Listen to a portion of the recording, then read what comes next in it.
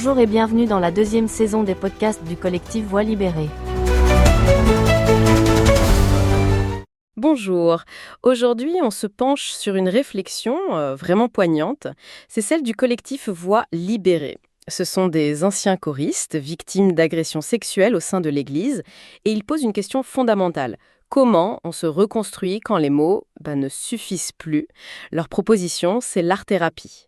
Oui, et ce qui est fascinant dans leur analyse, c'est qu'ils ne présentent pas ça comme une sorte de solution miracle. C'est plutôt un outil complémentaire essentiel pour s'attaquer à un traumatisme d'une complexité rare. Parce qu'ici, on a une blessure psychologique qui est aggravée par une dimension de trahison spirituelle. La question, c'est de voir comment l'expression créative peut réparer là où la parole, en fait, a échoué. Alors, décortiquons ça. Le point de départ du collectif, c'est que la violence sexuelle, ça provoque souvent une rupture.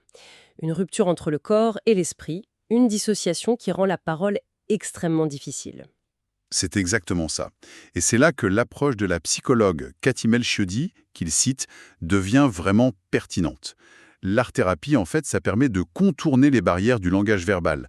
Un langage qui souvent est chargé de honte. D'accord. Ça offre un autre moyen d'exprimer les émotions, de reconstruire son histoire par le geste, par la création, sans forcément avoir à tout verbaliser. Et c'est là que ça devient encore plus spécifique, je trouve. Le collectif insiste beaucoup sur le fait que ce traumatisme est unique. L'historienne Marie-France Morel parle d'abus spirituel. C'est une trahison de la confiance sacrée, quoi. Absolument. Et c'est un aspect crucial. Ça change tout. Dans ce contexte, l'art-thérapie a l'avantage d'offrir un espace qui est complètement neutre. Sans aucune injonction spirituelle. Exactement. Aucune. C'est un lieu où la victime peut se reconnecter avec elle-même, mais en dehors du cadre institutionnel qui a été la source de sa souffrance. C'est une forme de reconquête, une reconquête d'un espace de liberté intérieure. Alors, qu'est-ce que ça veut dire au fond? Est-ce que l'art-thérapie, ça suffit? Le texte est très clair là-dessus. La réponse est non. Ah non, loin de là. En effet, le collectif, il s'appuie sur des recommandations très officielles, comme celle du Haut Conseil de la Santé publique, et il plaide pour une démarche globale. C'est-à-dire? C'est-à-dire que l'art-thérapie doit s'intégrer à tout un suivi psychologique, social et même spirituel, mais seulement si la personne le souhaite. Et ils insistent aussi sur des conditions éthiques non négociables, j'ai l'impression. Mais c'est la base. C'est fondamental. Le consentement libre, la confidentialité qui doit être absolue, une supervision très rigoureuse des thérapeutes. Dans un contexte où la confiance a été totalement brisée par une institution, recréer ce cadre de sécurité, c'est la première étape. C'est non négociable. Voilà.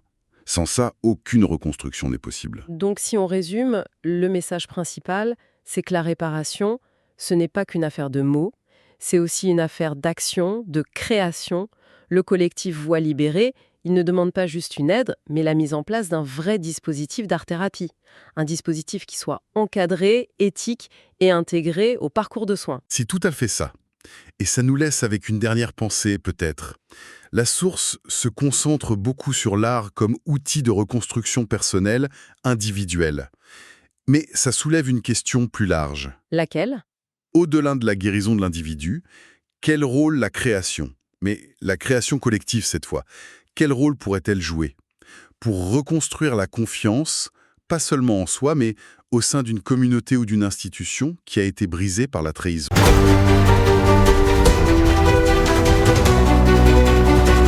Merci d'avoir écouté cet épisode. Ce podcast est produit et réalisé par le collectif Voix libérée. Pour nous écrire, témoigner ou partager, envoyez un mail à pecantores37@gmail.com. Parce que nos voix comptent, parce que le silence n'est plus une option, parce que la mémoire exige justice et vérité. À la semaine prochaine.